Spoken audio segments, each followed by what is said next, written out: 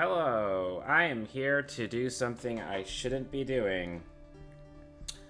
I'm going to do an Ace Attorney tier list of every single case in the series. I have just finished playing the Great Ace Attorney yesterday, and over the course of like a decade or so, I've played all of the games in all the cases, most of them multiple times. So, as kind of like a capstone on my experience with the entire series, I wanted to do a tier list of just every case in the series up until now, which I'm sure there will probably be more in the future, but this is like the first time in history I've been completely caught up with the series, so I'm just gonna go through them all one by one, just make sure, just going to go through every case one by one, give it a rating. I've outlined the tiers here from the best, and it's not the singular best, to the worst case in the series, which we will get to in due time. It is a hot take, I think, but it's not really important. It will be elaborated on when I get there eventually. And we've got the full list of all the cases here. I've actually organized them in the order that I'd like to talk about them, because I think, for example, talking about the investigations games after the original trilogy makes more sense. Talking about the second trilogy together makes sense, and because the waiting game is actually most related to the Great Ace Attorney more than it is related to the standard Ace Attorney games, I figured talking about it before those also makes more sense. And then there's all these DLC cases, which I kind of know what these all are, except for I'm not sure exactly what all these are. I've played some of the escapades. I haven't done all of them yet, but none of them are like full-blown cases or anything, so. And then this is the Leighton game special. I have no clue what this is. And down here, it's also outlined these, for Dual Destinies, Case 4 and 5 are kind of the same case. Case 5 of Spirit of Justice is like two cases in one. I considered talking about these separately, but I don't think that's fair to the way the game is presented, so I'm not going to do that. And then same with the Great Ace Attorney 2, cases 4 and 5 are all one long case, and they're down here together. I'm not going to be covering anything past this point, because I don't really care about the DLC cases. I don't think anyone needs to know my opinion on the asinine attorney cases, or whatever this gibberish is supposed to be. These aren't cases. I'm not sure why they're here, honestly. Like, I can see I can kind of see for here.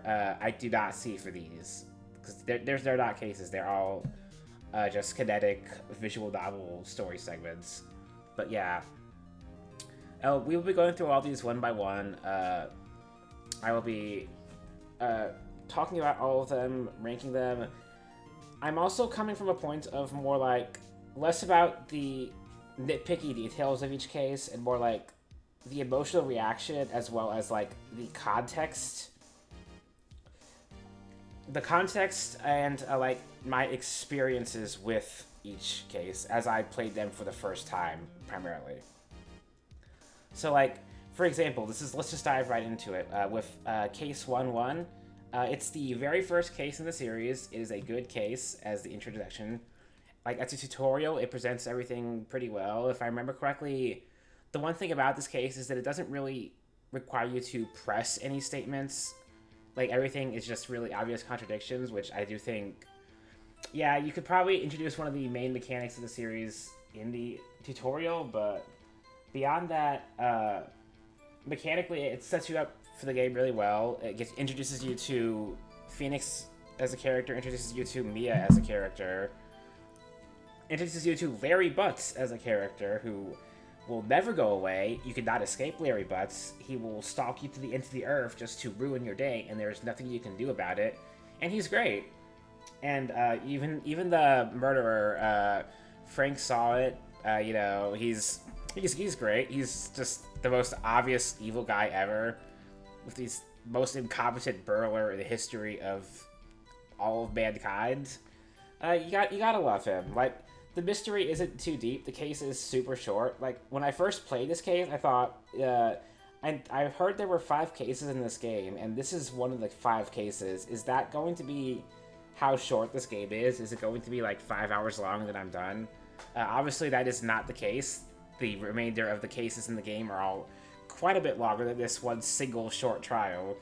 But as like an introduction to the series, to like, you know, the gameplay mechanics, as well as like the dramatic style of Ace Attorney, since first and foremost, more than a lawyer game, more than a detective game, more than a mystery game, Ace Attorney games are more drama than anything. Like, you can think about the mysteries all you want. You can think about the details about the characters, motivations, and all that. But at the end of the day, you're not here to solve the mysteries. You're here to experience the drama of the stories and the emotional resonance of them. So I don't think it's fair to judge every case by like, oh, this testimony was kind of bad, or this one nitpick in the logic doesn't make any sense. That's real nice. I don't care.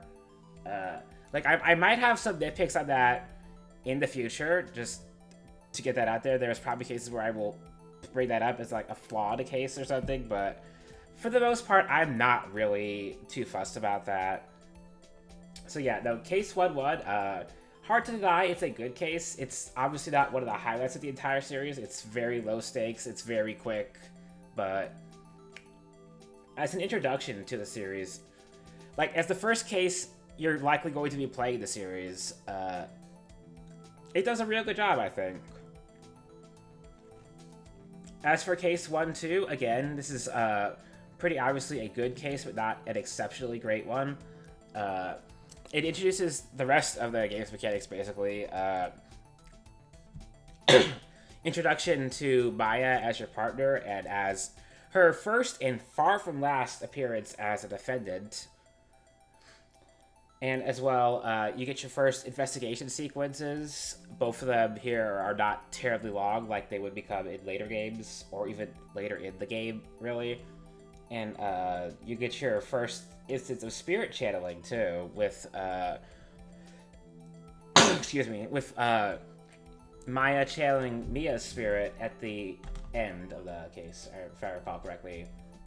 And Red White is as a villain, you know, he's very easy to spot as a villain. Like, this is I don't like when the second cases of the game show you the murderer. Like, if the first cases of the game show you the murderer, I think that's fine, honestly.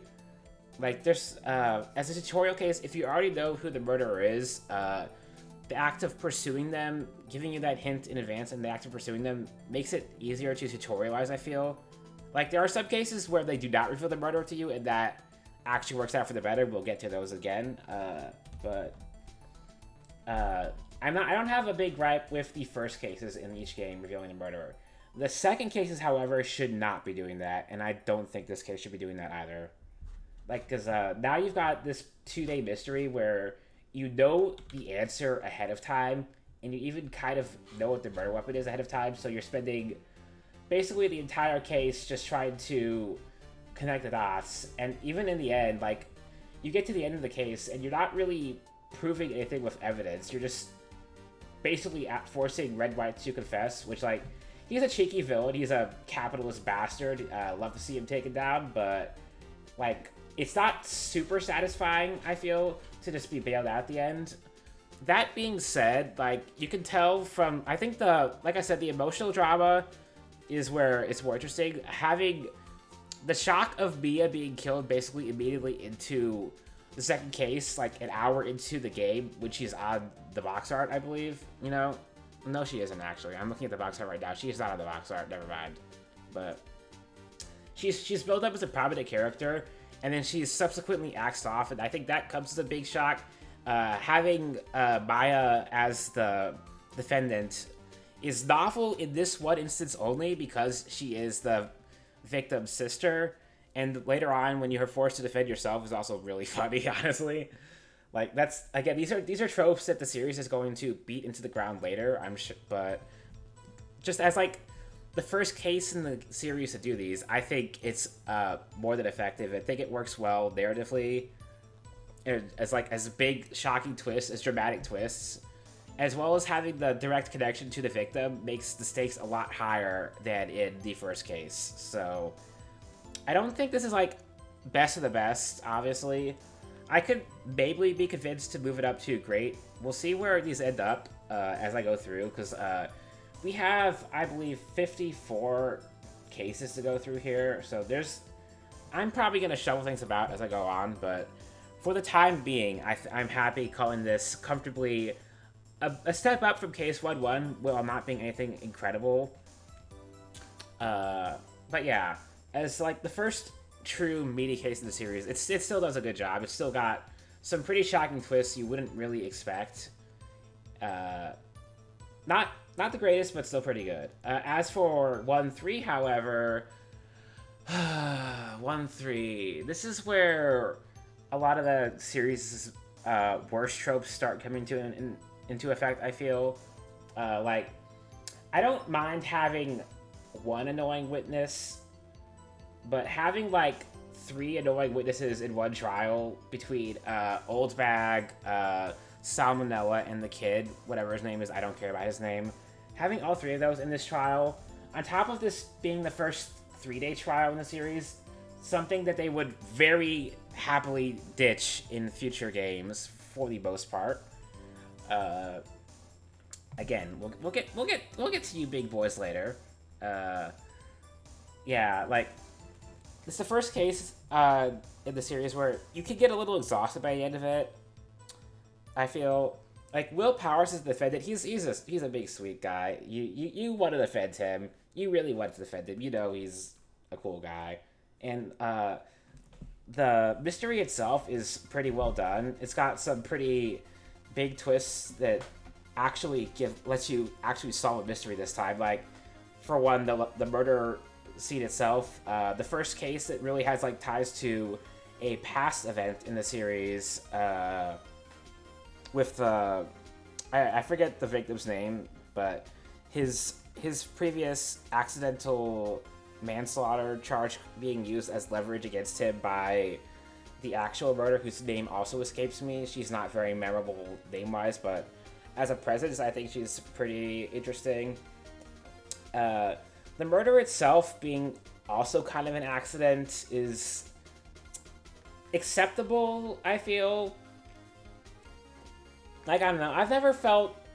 This case overall, like, there's a lot to like about this case, but for what it introduces to the series, with the characters themselves, having these characters by themselves is not a problem. Having so many of them in such short succession, like, especially with how many of them are all on the scene at once in that second investigation in trial day, I think, can really get overbearing. It can be a bit too much, and the length of the trial, the length of the case in general, is not my favorite. Like, I do like a lot about this case, but I think I'm going to put it just in the okay tier. I could be convinced. If I put 1-2 in the great tier later, I might move this up to good as well. I don't think I will be, but... Anyways, 1-4. This is the big boy, the case that ties together everything that's happened so far in this game. I haven't talked about Edgeworth yet. That's probably my bad. I totally forgot. Edgeworth is just such, like, a part of the series at this point. Did I forget that him being in this game was novel at the time?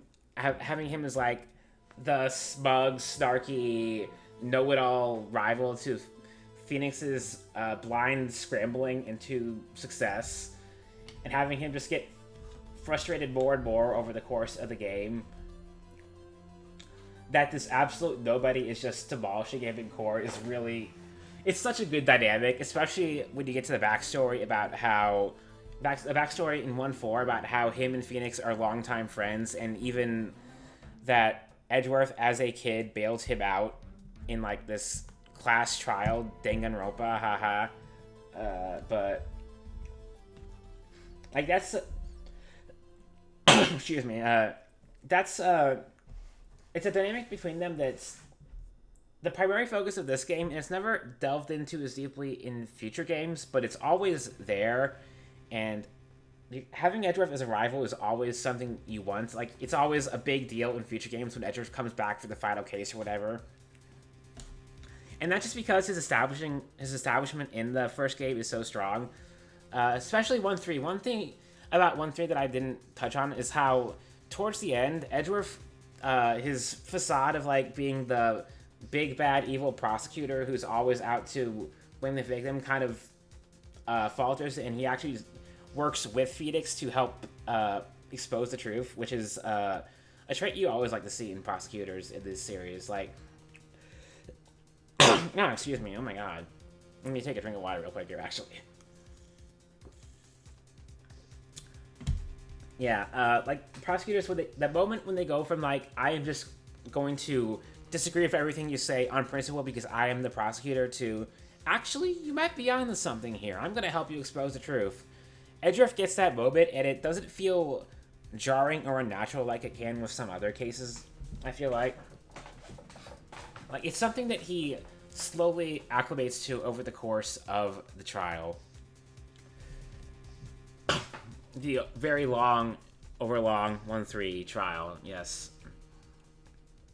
So then you get to 1-4. I haven't actually talked about 1-4 yet, besides the backstory to it, which, so 1-4, Edgeworth is now the defendant. Again, this is something that games are going to repeat, this trope of the prosecutor coming back as the defendant for the last trial, and everything about the game up to that point being tied together. In this case, the incident from 16 years ago, one of those. Somewhere around there, the DL6 incident with Gregory Edgeworth's murder, and Edgeworth thinking for the longest time that it was his fault. So his motivation for, like, not wanting Phoenix to defend him because he already feels guilty all this time because of that. Or does he know that's his fault at the start? I don't remember. I actually can't remember, but he doesn't want Phoenix to defend him because actually I don't remember the exact motivation. I'm struggling to remember exactly why. I think, like, it's his part of his persona that Manfred von Karma's hammered into him over the years, but also just kind of his personality is like, I don't want your help. And then, but, okay, you got Phoenix, he's come in, he's a good guy, he's Edgeworth's friend from long ago, so no matter what Edgeworth says, Phoenix is going to come in and help him. I got something in my throat, oh my god. I'm kind of fumbling this, it's fine. You got Phoenix coming in to help him, you got Manfred von Karma as the prosecutor. Edgeworth's long-term mentor is prosecuting him from a murder that obviously Manfred von Karma did himself, because he's so obviously evil, and it's kind of a delight how evil he is. He freaking tases you at one point in the investigation, which is, you know, I am evil, and I am not afraid to show that. But no, he's a great villain. He's very one-dimensional, but, like, in a charming way, more so than, like, future one-dimensional villains would be in the series. Like, you compare Manfred von Karma to, like, Quercus Alba in Investigations 1, who has absolutely no personality, absolutely no motivation. He's just the generic evil old guy. Manfred von Karma has motivation. He has personality. Like, he is just the most arrogant bastard. And he proves it in the case that he deserves that arrogance. You understand why he's this arrogant. And then you get on top of that, okay, so you've got this character dynamic where Edgeworth doesn't want to be defended, but Phoenix is going to do it anyways because he's his friend. And he's also being prosecuted by his long-term mentor, who is secretly the person responsible for every single problem in Edgeworth's life from, like, age 10 or whatever. So you got this three-way character dynamic, and then, on top of that, the mystery itself, which involves Larry coming back to torture us all. A lot of heart. He was actually a genuinely charming, like, annoying character, and so you got those two annoying characters. I forget if there's someone else. I don't think there was another one.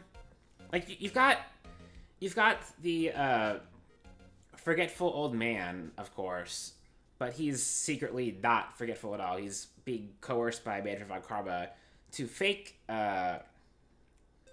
his mental disabilities or whatever, his forgetfulness, which is very evil. Do not do that to anyone. Do not make someone fake a disability just to get out of legal troubles, because that is very serious. And he's been faking it for like the 15 years or whatever since the DL6 incident, because he's the one who got accused of it originally, of Gregory Edgeworth's murder, and he only got out of it because of that faking a disability, faking mental impairment or whatever, due to oxygen deprivation in the elevator. So he's been living his entire life up for these past 15 years or whatever, just waiting for a chance to take revenge. And he Manfred von Karma himself basically doesn't actually do anything in 1-4 himself. He just sends this message and the gun and gets Yanni Yogi to do it for him, which is also terrifyingly evil, that he knows this guy has been waiting so long to take revenge.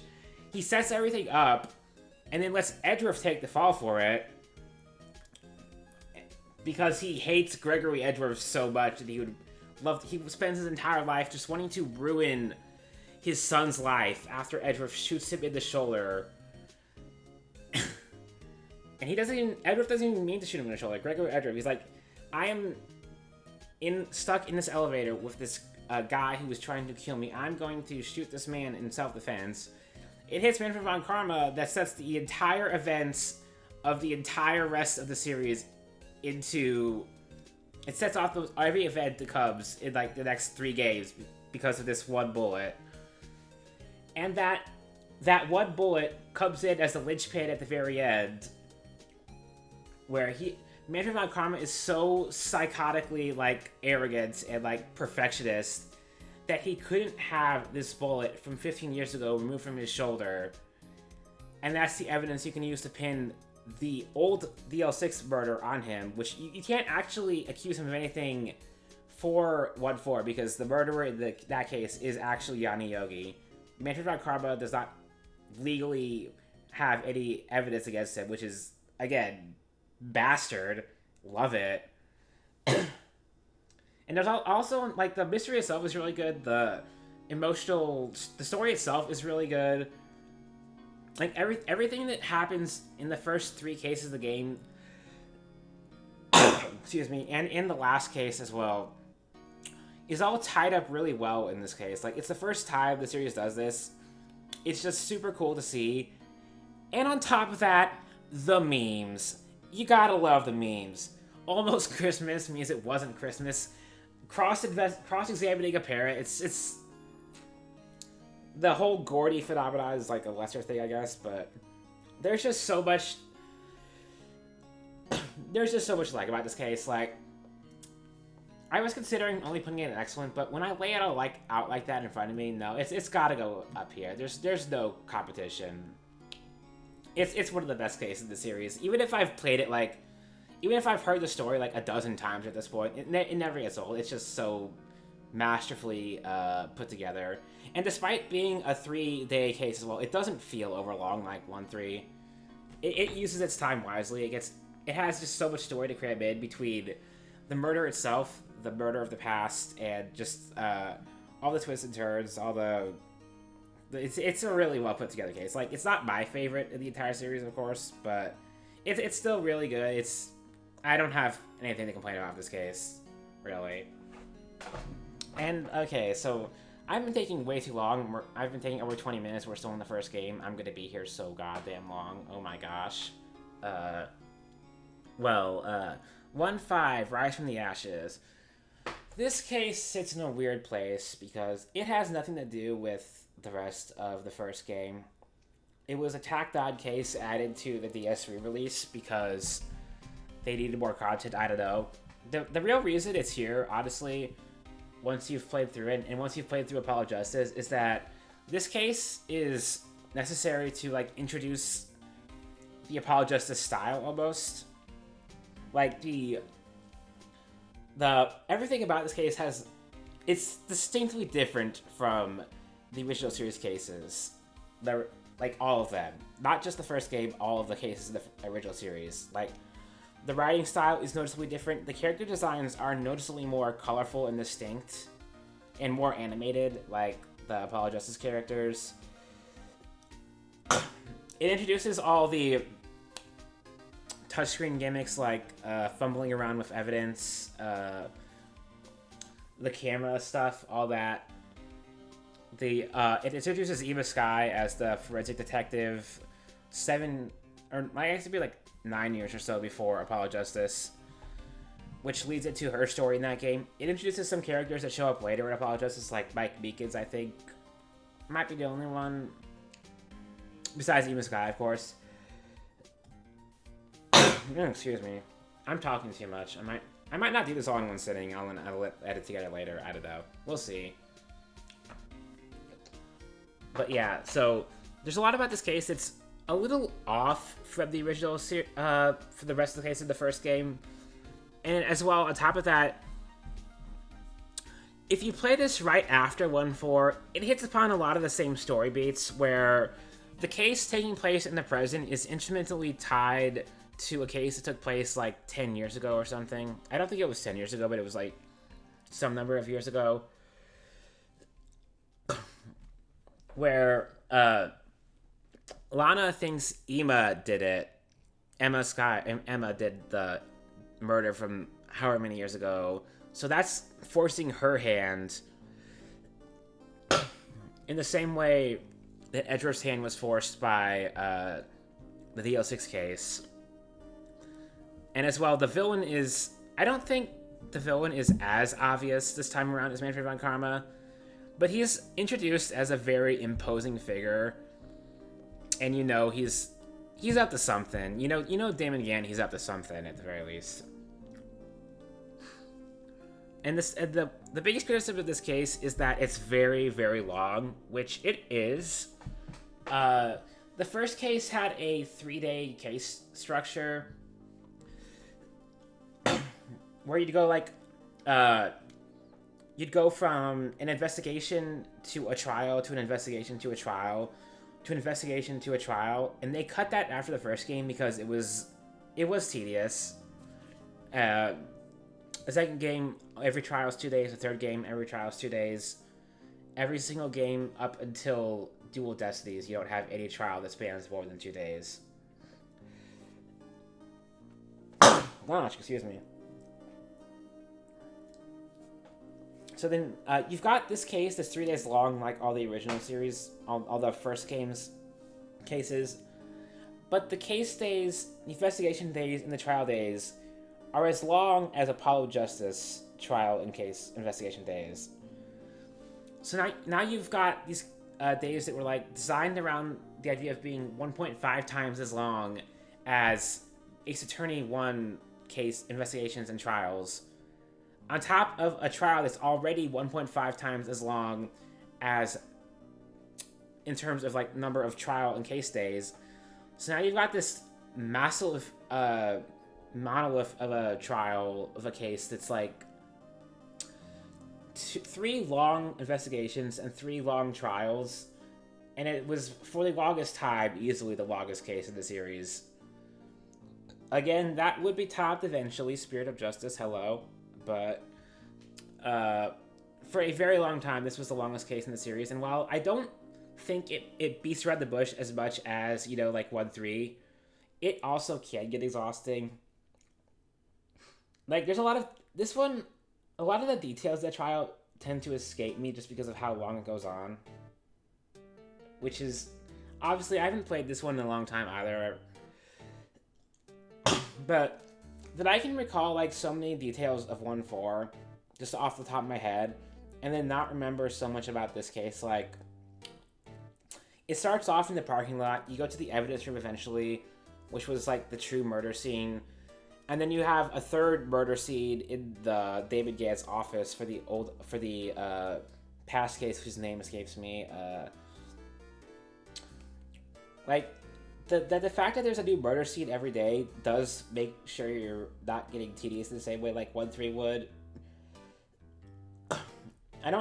The problem is I don't tend to remember what a lot of the second trial day focuses on. I think it's just the video in the evidence room and Jake Marshall, the cowboy dude.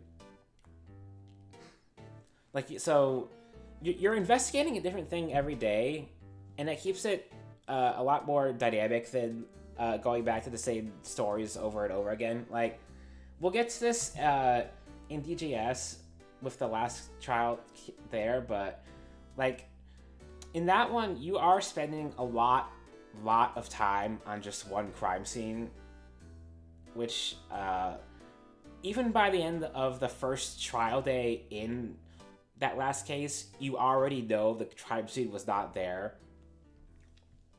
But it's something that you're still talking about in the third trial in that case. With, like, here, you're not talking about the parking lot really that much past the first trial day. You're not talking too terribly much about the evidence room past the second trial day. It's like, it's constantly moving forward. The story itself is not the greatest, I feel. Like, again, it beats around a lot of the same points that the first, that 1-4 did, so it's not, it doesn't feel as fresh in that respect. And then it drags on so long also hurts this case, but I'm mostly talking about the negatives here, but there is a lot to like. Like, Damon Gant as a villain is really imposing. A lot of the investigation itself, a lot of the characters, they're, like I said, they're more Apollo Justice style, which means there's a bit more to them than, like, you know, a lot of the characters from, like, 1-2 and 1-3. I don't know, like, I feel like I struggle to call this any more than, like, a great case. Because it is still a very good case, and there's, like, it's got some of the darkest backstory in the entire series.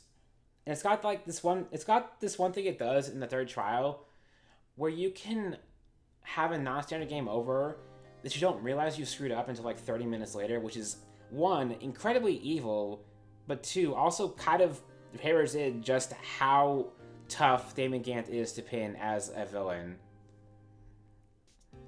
Which makes it all the more satisfying when you take him down. Yeah, I don't know. This is not a case that I felt like has stuck with me in the same way as 1-4.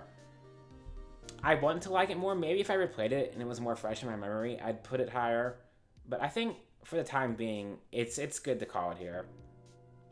A lot to like about this case, but a lot against it that makes it hard to come back to, hard to stick in the memory in the same way as 1-4. And its ultimate impact on the entire original trilogy is very minimal compared to a lot of the other cases to come. But yeah, and that's the last case for the first game. I am 30 minutes in and I've gotten through one of the 9 games we're talking about. What have I gotten myself into? Okay. Justice for All then. Justice for All. This game is a mess. I can honestly admit to that. I like this game a lot. I will say upfront can be 30 minutes into a video, that I do not think there is a single bad Ace Attorney game. Like, if I had to point to the weakest game in the series, generic answer, but it'd be between Apollo or Investigations 1. And they're still good games, I think. They're not bad games by any means. There's still a lot to like about, like, the drama, the stories being told. Even if, like, some of the characters, some of the investigations can get a little tedious in those games, and the overarching mysteries aren't exactly as well done. Justice for All is unfortunately in a weird place where it doesn't have any of that, though. There's not really an overarching mystery in this game. There's just a theme. And that theme is mostly, like, belief and trust and justice, I guess. Like, the game really, I'll get to this 1, 2, 3, but the game really, really wants you to test your trust in your defendants in this game. Like, in 1-1, you're defending your best friend, so Phoenix has full trust in him from the very start. In 2-1, you're defending some random chick you don't know. So she could have done it, you don't really know. Like, since this is Ace Attorney, obviously she didn't do it. That's the entire point, is that you're always defending innocent people. Haha. Haha. But, it's not even the first trial chronologically in this game. It's actually after 2-2, but 2-1 then, yeah. As for the case itself, this is probably well known, but this case is just really boring. Like, as an intro case, it's not terrible, but there's not really any emotional stake in this one like there is in 1-1. Like, again, the defendant is some random chick. The excuse given for being a tutorial is that Phoenix has lost his memory. The rest of the characters, I don't remember most of the rest of the characters. Are there any characters besides Maggie and the murderer whose name escapes me, who's just some pompous student? It's not a... It's as an intro case, I think it fails mostly because the stakes just aren't there. Like, the logic itself is fine. The story itself it's passable. No one really remembers much about this case. It's always really low in these rankings, and there's a good reason for that. There's just not much to this case. So yeah, I'm gonna put it in mediocre, because, like, it's definitely the worst case in the series thus far, mostly because it's lacking that special flair that makes 1-1 work so well despite its shortness and lack of content. Like, it's a longer case in 1-1, but it didn't really need to be, and it doesn't really feel memorable in any way. It's the case you've got to get through to get to the rest of the game, basically. As for 2-2, so at the end of 1-4, Maya leaves to go back to Karain Village, and this is like some months later. I don't remember exactly how much, but this is Phoenix reuniting with Maya, and her immediately getting into trouble, because of course. This case is great, and for one thing, and one thing alone, introduces the Cyclops, which are, bar none, the best mechanic the series has ever introduced. Nothing has come around. Every single game since has tried to introduce a mechanic like the Cyclops to spice up the gameplay, and none of them have been as good. Apollo's Perceive is not as good. I think this Moon Matrix is not as good. The Divination Seances are not as good. Edgeworth's Logic is not as good. Logic Chess is not as good. The Summation Examinations in Great Ace Attorney are not as good. Like, every game has had something like this. The Great Deductions in Ace Attorney are also not as good, yeah. Every game has tried to do something like this, either in court or investigations, and none of them have matched up to this, like, the sheer simplicity of, this person is lying to you. Cross-examine them and present evidence to unlock their chains and reveal the truth. It is such a cool and simple mechanic. It's very straightforward, very easy to understand, and it makes investigations so much more interesting than they were in the first game. Like, you would not believe how much better the investigations of this game feel, despite being longer, because you know where to find the truth and who you're going to get the truth from, and the key is getting all the evidence you need, all the testimony you need to reveal that truth. It makes it feel more like a trial, but also an investigation at the same time. It's such a good mechanic, and this is the case that introduces it, with Pearl giving you the Magatama, and this introduces Pearl, who's like, she's fine.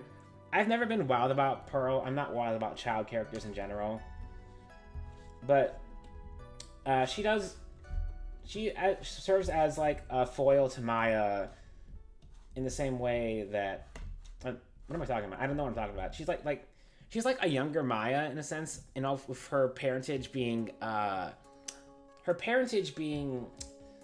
lady whose name I can't ever remember. Morgan Fay. Morgan, yeah. Morgan Fay, who is an interesting character because...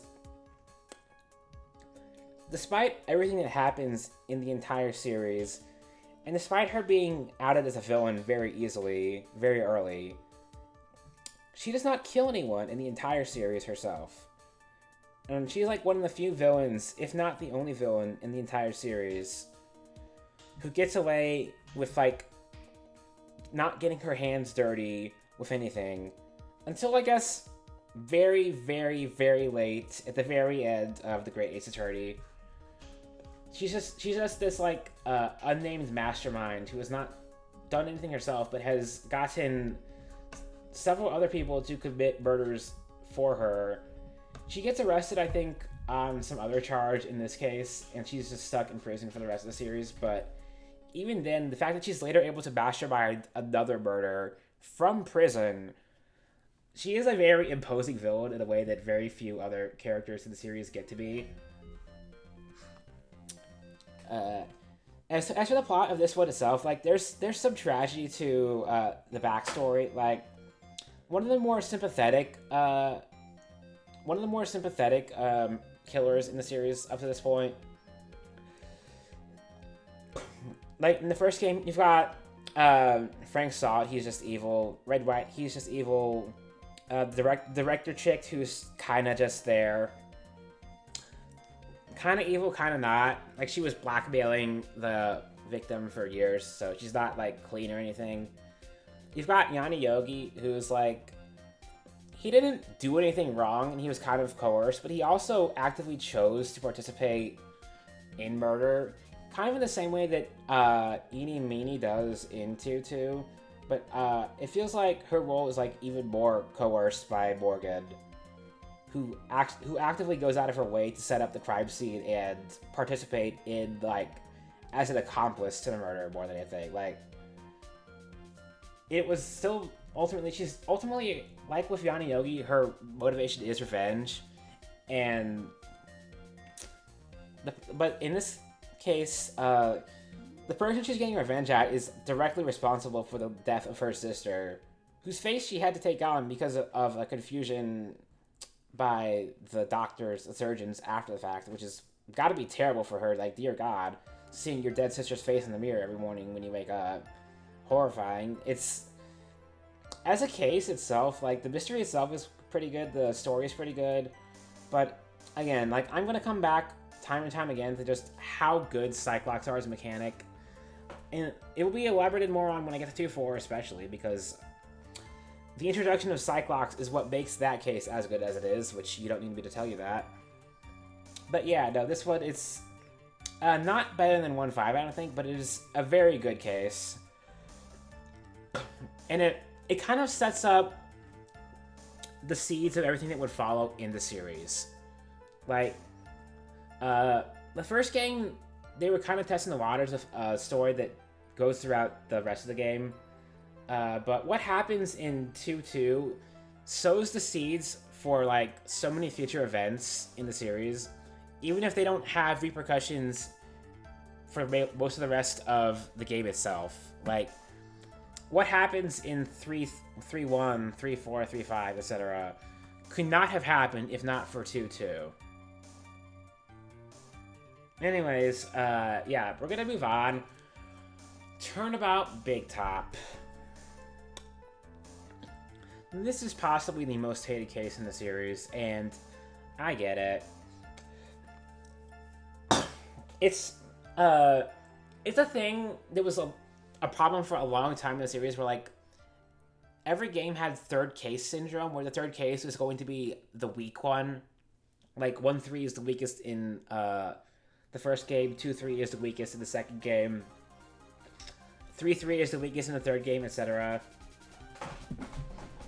Like, I would say that curse was not really broken until Investigations 2, where we'll get to that, but...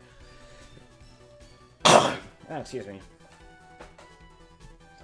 So, this case gets a bad rap because a lot of the witnesses are not super appealing. A lot of them are very annoying, and I don't disagree there. Like, the circus environment itself, you would think it'd be a lot more fun than it actually is, but it mostly just gets really annoying really fast. And, your defendant, the point I brought up earlier about, like, the game really testing your trust of the defendants, is that Maximilian Galactica is just a complete douchebag through and through. He's, up to that point in the series, the most unlikable defendant. Probably the first, like, really unlikable one, even. Like, up to this point, you've been defending, like, Larry Butts, you've been defending Maya, you've been defending Will Powers, Edgeworth, Lana, Maggie Bird, Maya again. And now you've got this guy who's just completely uncooperative. He's a total arrogant douchebag. He looks like a villain character from one of the past cases. He acts like a villain character from one of the past cases. And even in the story, like, he's really kind of to blame for a lot of what happens. But ultimately, he didn't do anything. He just kind of got the short of it the stick, like negotiating his salary, which screwed up everyone else in the circus for his own gain. Which, like, he's obviously not clear of anything wrongdoing. He doesn't deserve, like, you know, a murder charge because he didn't commit an actual crime, but he is not exactly likable. But you're defending this guy. You're not defending someone you want to defend. You're defending some guy you're kind of being forced to defend. And I feel like that's part of the overall theme of Justice for All. But in the moment, it can be a little jarring. And when you combine that with the unlikable characters and the setting, and as well a lot of back and forth in the investigations of this one, if I remember correctly. Also, I remember, I'm really bad about this, but I keep forgetting to bring up the prosecutors. Franziska has a more active role in this one than she did in 2-2, which might be part of why I remembered her now, because she actually is around for the investigation this time.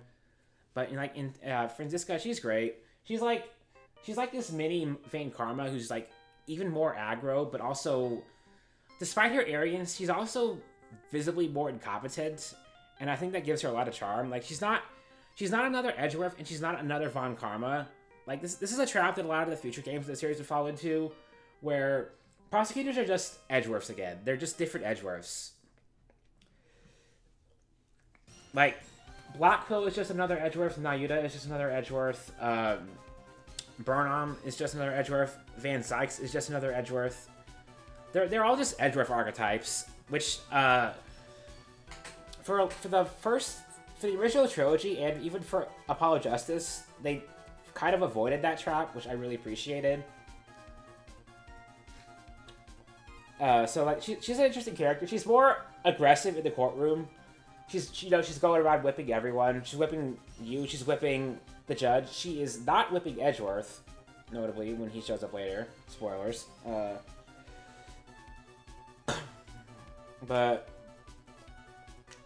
she's such a way to have around. She's more active in this case, and she kind of intrudes on your investigation, which I also feel like people probably hold against this case. That being said, Acro is such a good character. Like, I'm sorry, he's the first character in the game, like the first villain in the entire series where like you kind of get where he's coming from, especially because of how awful the defendant is. Like, well, the problem is he was trying to kill Regina, which that's yikes, and he ultimately ended up killing someone he did not want to kill. Which, like, yes, okay, he should not be doing a murder. I will not argue against that.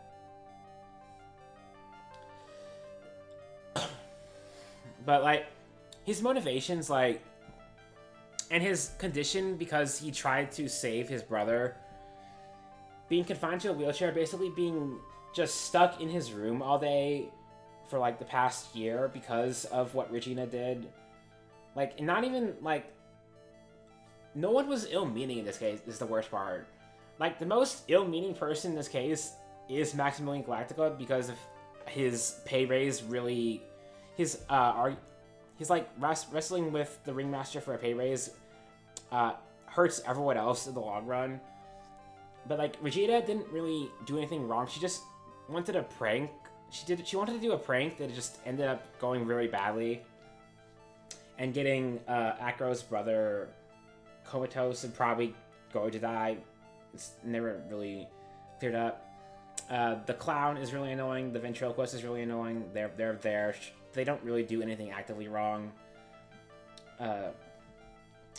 It's like the case where the least evil is found in pretty much the entire series, up until maybe Turnabout Reclaimed. Like, yes, Akko did want to do a murder. That is very bad. He's a very bad boy. But even his breakdown is, like, notably different. Like, he didn't want to kill the Ringmaster. He probably didn't even really want to kill Regina. He's lashing out because he's been just forced into this terrible situation against his will through really no one's fault either. It's just all a bunch of crappy circumstances all converging on his life in particular to make it the worst possible thing. It's really hard not to feel sympathetic for him, even if he's a murderer. But at the end of the day, like, this case is not... There's a lot going against this case, and I'm not going to deny that. I don't think it deserves the terrible rap that it gets, though. It is not the worst case in the series, I will say the least. It's not the worst case in the game, even. Because there's a lot more memorable about this case than there is with 2-1. Like, yes, the clown is annoying. The clown is very annoying. We all remember how annoying the clown is. I'm not going to debate that. And there's a lot wrong with this case. But I don't think it deserves to be, like, the one everyone hates for all the time forever, either. Like, I'm not gonna go out of my way to defend it as one of the best in the series. You don't really lose much if this case gets cut from the game. But I don't mind having it around, either. 2-4, then.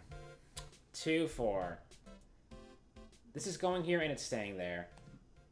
This is... If I had this tier for just one case in the series, it would be 4-2-4. My thesis statement. 2-4 setup is so brilliant. It goes out of its way to pick and choose elements specifically from 1-3 and nothing else. It puts you in the mindset of, oh, this is going to be a repeat of 1-3 again, where you've got the defendant who's like, he looks like this tough guy, but he's actually a lovable ditz. And all the same characters are back. Like, his rival got killed, and he's the suspect. But obviously someone else did it. So you gotta work out who did it. And there's this suspicious manager chick who, like, clearly could have done it. So you think she's the one who did it. So, and it brings back a lot of the same characters. It brings back Will Powers. It brings back Wendy Oldback. It brings back a lot of Hart, too. Which she wasn't in the original, but she would not have felt out of place in 1-3. So you've got this setup. All the same characters are back in place. But also, when the murder happens, Maya gets kidnapped. Maya gets kidnapped, and her release is weird. Her release condition is something you would not expect. You would not expect, given what seems like the straightforward circumstances of the case. Like, up to this point, the game has taught you to trust in your defendants. So, if that is the case, why is Maya being kidnapped and with her release condition being... Why is this here? With her release condition being an acquittal? The thing you would already be wanting to get in the first place. So that for one, it creates a great sense of tension that's present throughout the entire case. This is the best case in the series because it's the best drama in the series, unquestionably. Like, nothing else makes you feel as tense and suspenseful as this case in the entire series. Nothing has, and nothing probably ever will. But... So you got the setup where it's like, everything is just like 1-3, except there's this one off element that makes you question everything. But the trial plays out as usual, as you'd expect. Like, you investigate the scene, you find clues pointing towards Adrian Andrews, you bring her into court on the first trial day, you pressure her, it looks like she is responsible, like, you have every reason to believe she's the murderer, and then she doesn't break. She doesn't go the same way as every other attorney killer, where the more guilty they look, the more freaked out they get. She has what amounts to more like a genuine like anxiety attack on the stand. And it is really chilling to watch, especially because this woman, who the game has given you every reason to believe is the murderer, is not acting the way a murderer should for this series. And the more you find out about her, like, as a character, Adrian Andrews is my favorite character in the series. Like, her backstory, her actions, her future development in the third game rather. Everything about her, as a witness, as a character, she is so well handled, and for a character whose design is so simple, you wouldn't expect it, especially for this series, but Adrian Andrews, such a good character. And the scene with her in court, where she doesn't break down, and then at the very end of the first trial day, when you think you've got it all figured out, but the court is suspended for some reason or other, I forget exactly what, because you can't prove anything conclusively, that card that she's been playing with throughout the entire first investigation and first trial day, Edgeworth, who is back, by the way, I forgot to mention, Edgeworth's back after being gone for the entire for the rest of the game because Franziska got shot. She's okay. Edgeworth is back. He's in court. He notices the card she's been playing with. That symbol tells him that there is an assassin involved. Not a murderer, an assassin. And that same assassin is the one who was holding Maya hostage, and is the one who is forcing Phoenix's hand into getting an acquittal. So, okay, you've got your defendant, you've got an assassin holding someone hostage.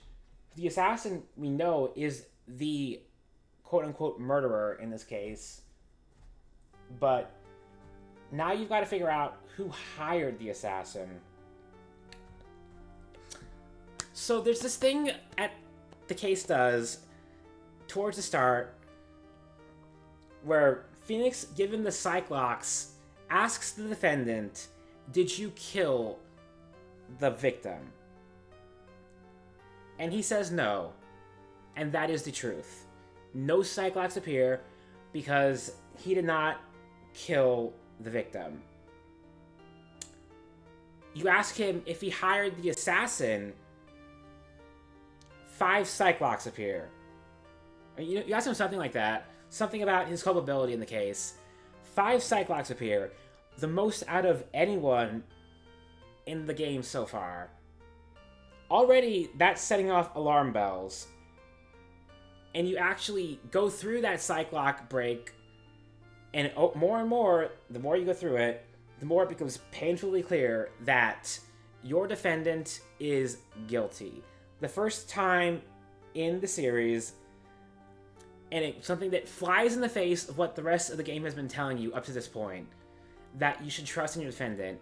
And you trust in your defendant, and they throw that trust in your face. And it is, oh my god, chills down my spine the first time. Every time since, like, it is such a well-executed twist that would not possibly exist without the rest of the game beforehand. Even if there's no story throughout the game, that theme that carries on throughout culminates in this one amazing reveal. It's just the biggest wham moment the series has ever delivered. It hasn't topped this since. And then, once you get that reveal, now you've thrown out the entire rest of your game plan. So you're defending a guilty person, and your goal is to pin the blame, to quit him. You have to pin the blame on Adrian Andrews, this very unwell person who has just had an anxiety attack in court and has done absolutely nothing wrong herself. And the only thing she's done is she's lost her mentor because the victim drove her mentor to suicide, so that's her motive for the murder. you have to save Maya's life, you have to defend a guilty person in court and bluff like you've never bluffed before to try and extend the trial as long as possible until Maya can be found. And Maya is not found. Maya is not found because Shelly the killer, who is the assassin, moves her somewhere else where you cannot find him. So your last resort, the last thing you do in this case, you have the assassin testify through the radio, and your goal is not to prove that he did it, because you know he did it. It's to prove that he cannot trust his client, such that for the defendant, what ultimately becomes the better option for him, once you've proven that he was spying on the killer and has blackmail material against him, is that for him, a guilty verdict is now more appealing than a not guilty verdict, because if he gets set free, the assassin is going to come for him next, and he will be a very dead man. So you're given the choice between standing by a not guilty verdict or letting a guilty verdict happen. No matter what you choose, he has just the most satisfying breakdown where he declares himself guilty, and it is just the icing on the cake. I love this case so much. I love everything about this case so much. Its setup is fantastic. Its drama is fantastic. Its mystery is fantastic. It's everything about it is just so good. Like, the twist it sets up is set up so many different ways. It just flies in your face. You could see it coming, I guess, if you're really, really perceptive, but even then, it's still just such a huge dramatic payoff. I love everything about it. I could gush about this case for hours and hours if I actually wrote a proper script for this, but it's so good. And that's Justice for All, which is, as you can probably tell, a mess. Got the worst case so far and the best case in the series. Now, Trials and Tribulations. Trials and Tribulations is probably the best game in the series. It's very hard to argue against that. Other games would repeat what Trials and Tribulations does, and you could argue maybe they did it better. Investigations 2, I would argue, does what Trials and Tribulations does better, but it didn't do it first. Trials and Tribulations is an entire game built around one murderer, one story, from the very beginning, from the very first case. And it's chronologically, it's the most messy in the entire series. You've got two cases that are just flashback trials to the past. Starting with 3-1, which is not the furthest back in the story, but it is, for one, it's way more novel than 2-1's tutorial case, where you're playing as Mia, who has, up until this point, been alive in one case and summoned as summoned through spirit channeling like a dozen times since then. You're playing as her in her second case ever, and she's, after her first case, which left such scars on her that she couldn't enter the courtroom for like a year, or something like 9 months to a year or something like that. So she's basically a rookie, so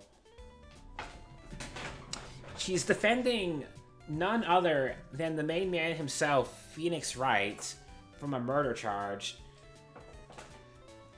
And the murderer is Dahlia Hawthorne. Dahlia Hawthorne is unquestionably the most evil character in the entire series. And she's so fun to hate, but she's also not, like, fun at all. She is not a fun villain. She is just absolutely evil to the most extreme degree possible, but not, like, in a psychopathic way. She is just, like, there is something wrong with this girl, and it's believable. I need to switch the soundtrack. Let me do that. No, this is the wrong. I need to switch soundtrack. Do I not have 30 soundtrack in here?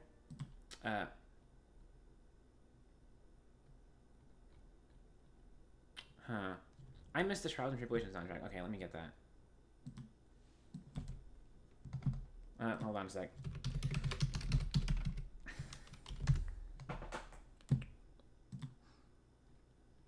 Alright. We got the right soundtrack now. Okay. So yeah, like I was talking about, Dahlia Hawthorne. She is such a good villain. Believably evil and not obvious either. Like, she's brought up to the stand, and like, at that point I think you already know she's the murderer. But she's not like a presence, an evil presence, like, immediately. But you see these little signs in her animations. And some of the most chillingly dark expressions out of any character in the series. And so, when you get through all this testimony, finally figuring out that she did it, which also, you don't know at the time, but is very cathartic for Mia, because of that previous trial she took part in. She's satisfying to nail the first time.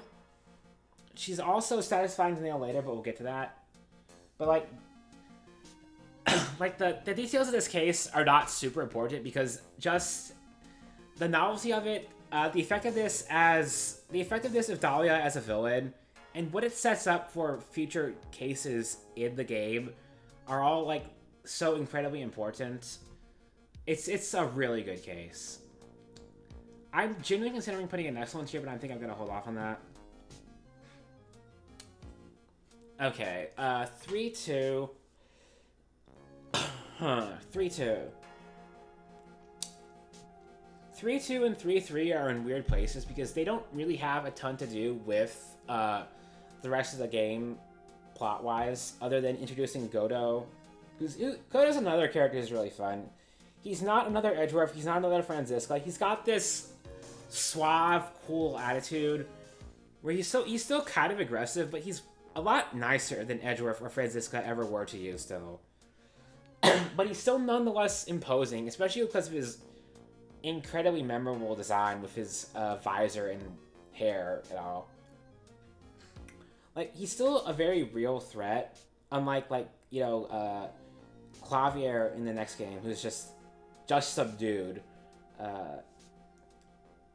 But you have, you get Godo as a prosecutor, and he's like the third most interesting character in this case, despite that. Because 3-2 is about a lot of things. It's about the first trial that's supposedly not a murder. It's about the great thief Basta Bask, but 3-2 is about one and only one thing, and we all know who that is. It's Luke Atby. Luke Atby is incredible. I love him so much. Oh my god. This psychotic guy who's just the most, like, extremely cartoonish design in this series up to this point.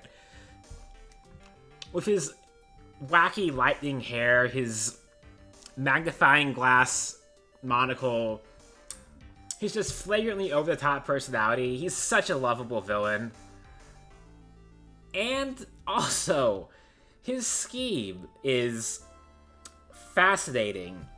You get the entire first trial day focuses around not a murder, but a robbery, where I believe like the urn from 2-2 was stolen, I think it was. Something like that. And the whole thing is to prove that Mask the Mask was the one who was accused of it, Ron Delight, who is the actual Mask the Mask, but was not Mask the Mask in this instance. Because Luke Atby dressed up as Basti Bask. The thing is, so he's the whole thing revolves around this larceny case rather than a murder. So you spend the first investigation finding out that Ron DeLite is very much Master Mask, and this is unshakably true. You get to the first trial day. Luke Atby is so obviously the villain, it's not even funny, but it is actually very funny. And then it turns out he was Master Mask all along. Whoa, that's a plot twist. Because we thought Ron DeLite was Master Mask. So you get him, the trial ends with a not guilty verdict in your favor on the first day of the trial, which comes as a surprise because you would not expect the trial to be over so quickly for this series, and you would not expect the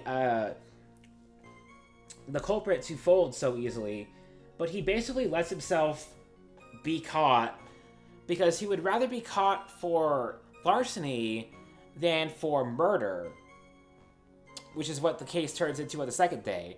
So now that you've proven that he was doing the thievery at the museum, at the same time an autopsy report determines the victim was killed, you have now given him an alibi for the murderer, which makes, again, Ron DeLite the prime suspect for the murder. So everything gets flipped on its head in a very fascinating way. Like, right when you think the case will be over, it gets flipped on its head, you're back at square one with an even more serious charge, and you've got to go through the whole rigmarole again to prove that not only did Luke Atby steal the urn as an alibi, but that he also committed this murder. You get his same breakdown again when you prove that, and it's somehow still just as effective and just as over the top. It's delightful. Like, there's a lot about this case. Adrian Andrews is back. She's happy. She's in a better place now after everything that went on in 2-4, and I'm glad to see that, even if it makes her kind of a background character this time around. You get Godot's introduction. You get Ron DeLite as a very over-the-top but lovable defendant. You get the whole double crime scenario. You get a very unlikable victim who very much had it coming, let's be real. There's a lot to like about this case. It's a very good case. The mystery isn't the deepest in this series, but the drama itself and just Luke Atby as a character makes this one of the better cases so far, for sure. I am actually going to put this above 1.5, I think.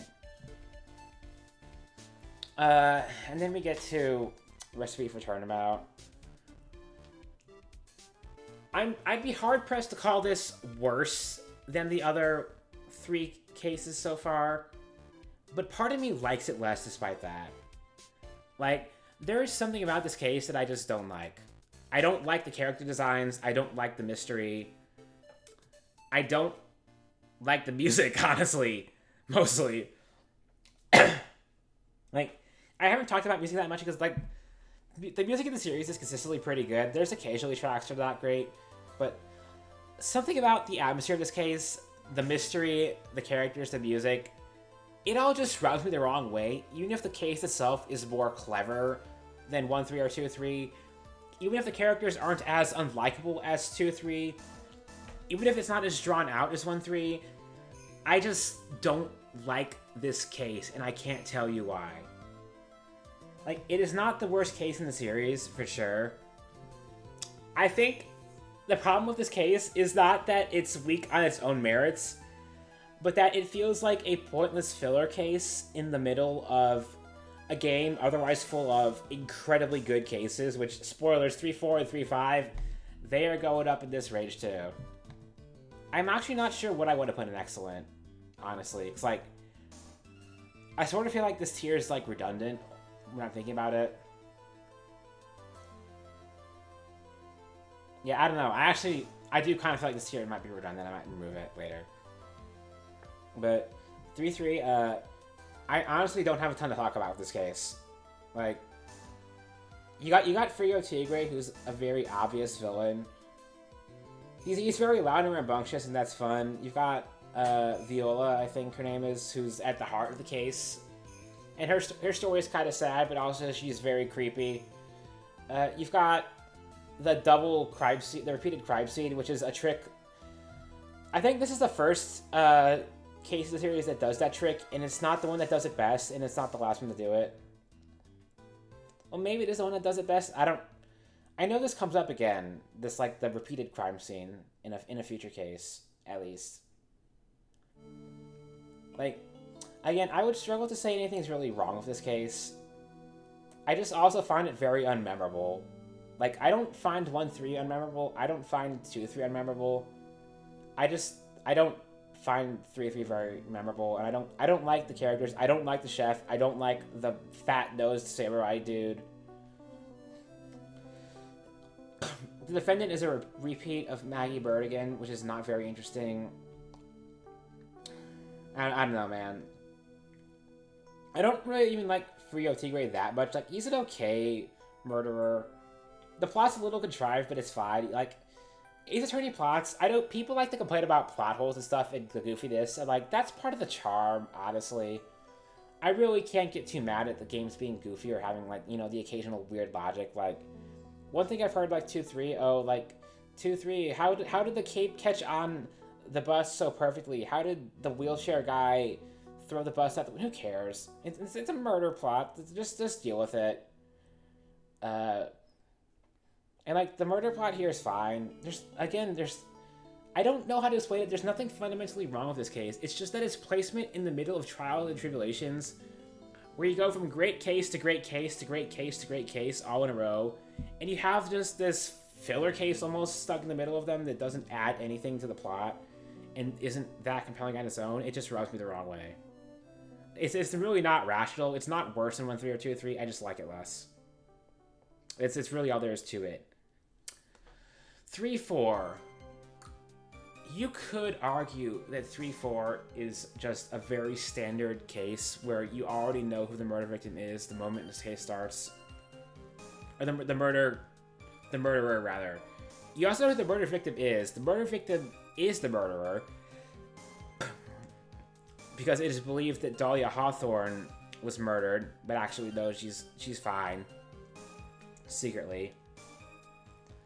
And, like, the mystery itself is solid. It's a one-case day where you get to play as Mia again. And you've got Diego Armando, who's definitely not Godo, as your partner. And, like, all that's solid and well. And this case, as a mystery, is not that exciting. And for the most part, even the characters aren't that exciting. Nothing about it is that exciting. Then Terry Falls dies on the witness stand. And that is, for one, just such a shock on its own that it makes the case instantly one of the most memorable in the series. No question. Like, you do not forget Terry Falls bleeding from the mouth and collapsing on the witness stand, and just the entire trial having to be called off because of that. It is a lot. It is a lot. And that it ends unsatisfyingly. You don't get a breakdown. You don't get the murderer behind bars. You don't get anything. All you get is a shock ending that on repeat playthroughs, when you play through this one again, you know how it's going to end. You can even see the moment where he ingests the poison like a few minutes before. So you just have this sense of dread when you replay it. It's so palpable. It's so effective. It's honestly the only case I think that's better the second time around. Where you know everything is going to happen, and it hits home even more because of that. No other case in the series is like that, I think. And you can argue all you want that the mystery is mediocre, which it's fine.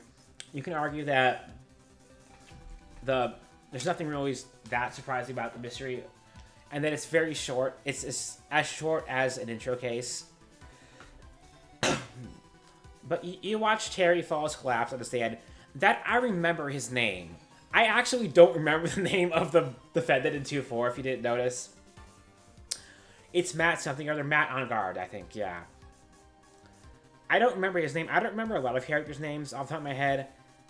I can instantly tell you Terry Falls' name, and it's because I watched him die.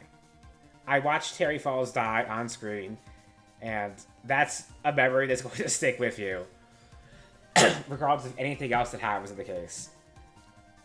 I was just saying, what do I put in the excellent tier that doesn't go in the best tier? This is what goes in that tier. This is the case that goes in that tier. Unlike Bridge to Turnabout, which... Do I have to talk about this case? This is the most talked about case in the entire series. This is the most liked case in the entire series. Like, in pretty much everyone's rankings, this is the best case in the series, and they're not wrong. Like, I'm not going to argue against anyone who wants to call Bridge to Turnabout the best case in the series, because it deserves that. Everything about this case, it takes every single hanging thread from 1-1 to 3-4. It picks up every single detail you could possibly still be asking about, ties them all together into one case, and makes one hell of a compelling mystery out of it, one hell of a compelling drama about it. You get to interact with the murder victim beforehand at this retreat area, whatever it's called, temple area, who you don't know at the time who this murder victim is, but it turns out that it is the long-missing Misty Faye, Maya's mother, and that the defendant is Iris, who has been living at this temple for like the past 15 years or something. And she looks exactly like Dahlia Hawthorne, except with black hair. So, after like 2 cases of seeing Dahlia Hawthorne's image being just the absolute worst person, now you're suddenly defending an image of her who acts nothing like her other than her appearance. And the murder victim, as you find out later, is Misty Faye, the long-lost mother of Maya. And that's where it starts. That's where things only begin. You have everything that's left hanging is tied into this. Like, everything about the Korean clan especially is tied into this. Like, spirit channeling plays a bigger role in this case than it does in any case in the series, including the entire game based around spirit channeling, even. Where, like, just, again, it's hard to talk about this without spoiling the big twist, but at some point, Maya vanishes. Like in 2-4, Maya vanishes, where this time you don't even know where she is. She vanishes because the bridge connecting the 2 islands went out, and it's not repaired at all during the first trial day. And also, you got the whole deal about this being the first case where you play as Edgeworth for the first investigation and trial, because Phoenix is in the hospital because he has a miraculous ability to survive any injury ever given to him, which is incredibly funny and not illogical at all. He falls off a burning bridge and gets a cold. Absolute trooper. Then, so you spend the entire first day, basically, with Maya on the other side of this bridge, and where you cannot find her. You cannot get to her because there's no other way to access this remote Cliff Island face place. So that's hanging over you like the entire first day. And then when you finally do get over there, she is nowhere to be found. Nowhere at all to be found. Except for this one locked room. This one locked cave. Where no one knows how to open it. So you're like, okay, Maya has to be in there, right? But there's no way of getting it open. Because the only person who knows how to open it is, like, Iris, I believe. And she is currently in prison. So, no, you can't get to where you know Maya has to be. So you kind of just have to give up on her. Well, just leave her there in this cold, freezing cave, which is terrible. But then you get past that, you go to the second trial day, and when that cave is finally opened, you find Iris in there, not Maya. Which throws everything into question. In, like, the most fascinating way. Because Iris is in court currently. Iris is in court. She is not in a cave. You have been cross-examining her, and you're suddenly told she is somewhere else entirely. And it turns out that the person you have been cross-examining is Dahlia Hawthorne, spirit channeled into Maya Faye's body, impersonating Iris, in, like, just one of the best twists imaginable. And it turns out that she is not even the murderer, somehow. Like, so, picking up another thread that was left behind with Misty Faye, like I mentioned earlier, she orchestrated the whole affair to get Maya to channel Dahlia Hawthorne to murder Misty Faye, and it failed. That plan failed. Because Godo was there. Godo was there too. And he intercepted the plan and got... Well, what he did actually was he got Misty to channel Dahlia Hawthorne first, I believe. So that when Maya tried to channel her, she couldn't. But then what happens then is that... I don't remember the exact details, but I know that what happens ultimately is that in self-defense, basically, Godo has to kill the Dahlia-possessed Misty, and he suffers an injury at the time, and that's hidden behind his visor. So then, at the last moment, when you've proven everything, that injury behind his visor bleeds as a single tear, and he says the line, "You're only allowed to cry when it's all over," and it's just like the most intense emotional release in the series. It's like, I'm kind of just talking in circles here because there's so much about this case that it's hard to talk about without just like immediately remembering all of it. Because, like, again, this is not my favorite case. I don't love it to the same passionate degree that I love 2-4. I could genuinely give 2-4 its own tier above these and put it there. But this is still just, like, everything about this case is, like, going out with a bang, basically. Like, everyone is here. It's the everyone is here of the series. Edriff is back. Franziska is back. Maya is back. Misty Faye is back. Morgan Faye is back. Dahlia Hawthorne is back. And it just ties together every hanging thread in the series up to this point so well. It is just a perfect capstone on this trilogy of incredibly good games. All of them. Like, even Justice for All, with how messy it is, still a really good game. Probably the weakest of the original trilogy, but it has the best case, so that makes up for it. So that's basically the entire original trilogy. I think, like, I feel like I've done a bad job justifying why 3.5 is so high compared to 2.4, but I also feel like I kind of don't need to. I think it's just kind of assumed that everyone agrees that Bridge to Turnabout is one of the best cases in the series. And there's not much I need to justify that. I'm actually going to take a break, and I'll probably end up editing all these together later, but I actually need to stop here, so... yeah.